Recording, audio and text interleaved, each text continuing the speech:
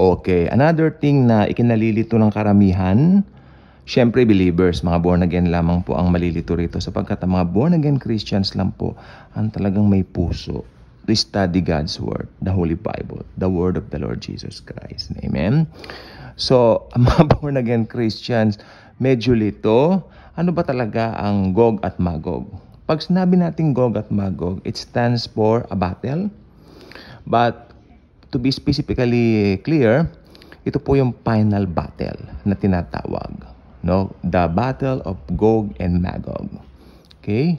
So, ito po ay kinalilito ng ilan sapagkat may Gog at Magog na war dito po sa Ezekiel. Amen? At meron ding Gog at Magog na war dito po sa aklat ng Revelation. Siyempre. Yung sa Ezekiel po, ito po ay Gog at Magog na alam kong mangyayari sa simula ng tribulation. Okay? At ang pag-aaralan natin ngayon ay yung Gog at Magog sa Revelation. Ito po yung Gog at Magog na susundan na po ng White Throne Judgment. Ang Gog at Magog na susundan ng White Throne Judgment, I believe na mas binibigyan din ng Biblia.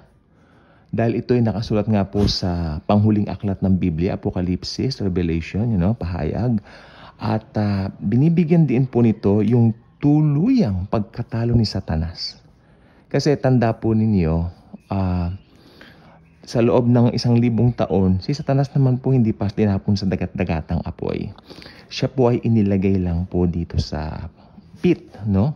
Yung pit na walang katapusan, and then pinakawalan siya for the meantime para makapandaya, makapandisib, para maplansyang mabuti, kumbaga plansyado talaga. Sino ba talaga yung sa panig ni Jesus at sa panig nga niya ni ito nga, no? Si Taning o Satanas. At yes, marami rin pong papanig kay Satanas sapagkat sinasabi ng Biblia, yung Gog at Magog sa aklat ng pahayag o ng Apocalypse o ng Revelation, hindi mabilang, parang sindami ng buhangin sa dagat. Ayun po ang sabi. So, mangyayari po yan. Ito na po yung final battle. I believe ito rin po ay final battle na kung tawagin Armageddon. At ito na po yung tinatawag na malapit na pong magsimula ang eternity. Eternity. Of course, we have eternal life right now. We accepted the Lord Jesus Christ as our very own personal Lord and Savior. But yung sa process o yung sa timeline, no, mag-uumpisa na po yung eternity right after this and right after the White Throne Judgment. Napakaganda po. Kaya iba rin po yung inaaral natin ng Biblia, especially yung aklat ng Revelation, tawag dito, eschatology, proper hermeneutics, at higit sa lahat, like ko po sinasabi, proper, rightly dividing the word of truth. Dito po sa battle na ito po yung panghuling laban, ano? Si Satanas po dito ay tuluyan na pong itatapon sa lawa ng apoy, o yung impyerno. Kaya mali po yung paniniwala ni si Taning o si Satanas daw ngayon ay may hawak na fork o tinidor at nandyan po sa impyerno. That's wrong. Unang-una, wala pa yung dagat-dagat. Nga po yung Gehenna, hindi pa po yan nag-ooperate sapagkat ang unang 2 taong pupunta dyan ay ang Antichrist at ang false prophet. At ang mananatili sila dyan hanggang hintayin nila si Satanas at yung the rest na mga nag-reject kay Jesus as personal Lord and Savior. Nakakatakot na pati mga tao na nag-reject kay Jesus pupunta po dyan. Ngayon, ang tanong, nasaan po yung mga namamatay ngayon na unbelievers? Nandun po sila sa temporary detention na kung tawagin ay Hades o Hades. Naghihintay sila roon ng araw ng paghuhukom, maliwanag yan sa banal na kasulatan sa Biblia. At pag dumating na po yung White Throne Judgment, which is paghuhukom nga po dito sa mga taong ito na mga nag-reject kay Jesus, mga unbelievers, no? Pagkatapos niyan, itatapon na po sila sa dagat-dagatang apoy kasama ni Satanas.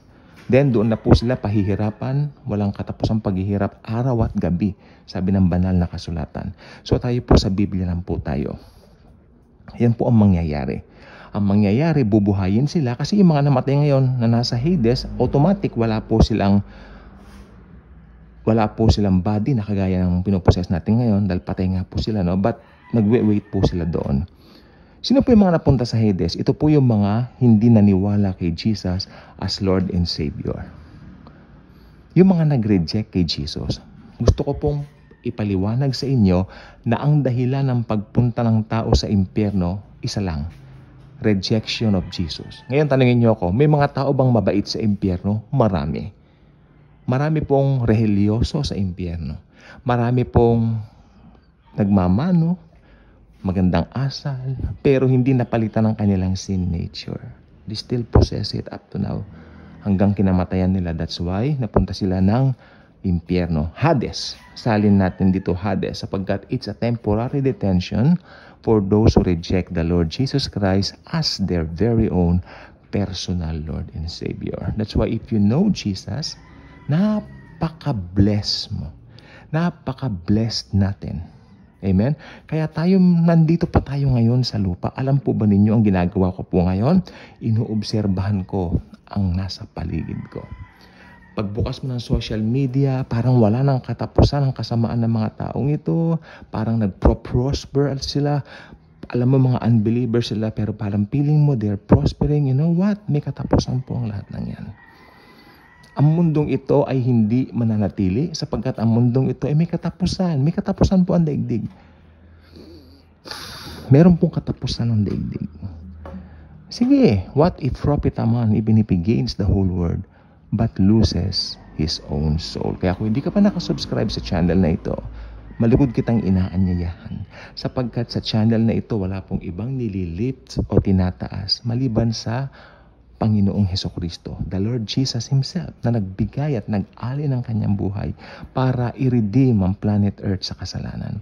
Mahal ng Panginoon ang sanlibutan. Ayaw niyang mapahamak ang sinuman. Tinanggap mo na ba si Jesus sa buhay mo?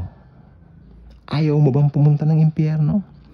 Kung ang sagot mo ay ayaw mong pumunta ng impyerno, halika, magdasal tayo, ipanalangin natin ang iyong kaligtasan. Sumunod ka sa akin. Lord Jesus, I know that I am a sinner, but you died for me on the cross and paid all of my sins, past, present, and future.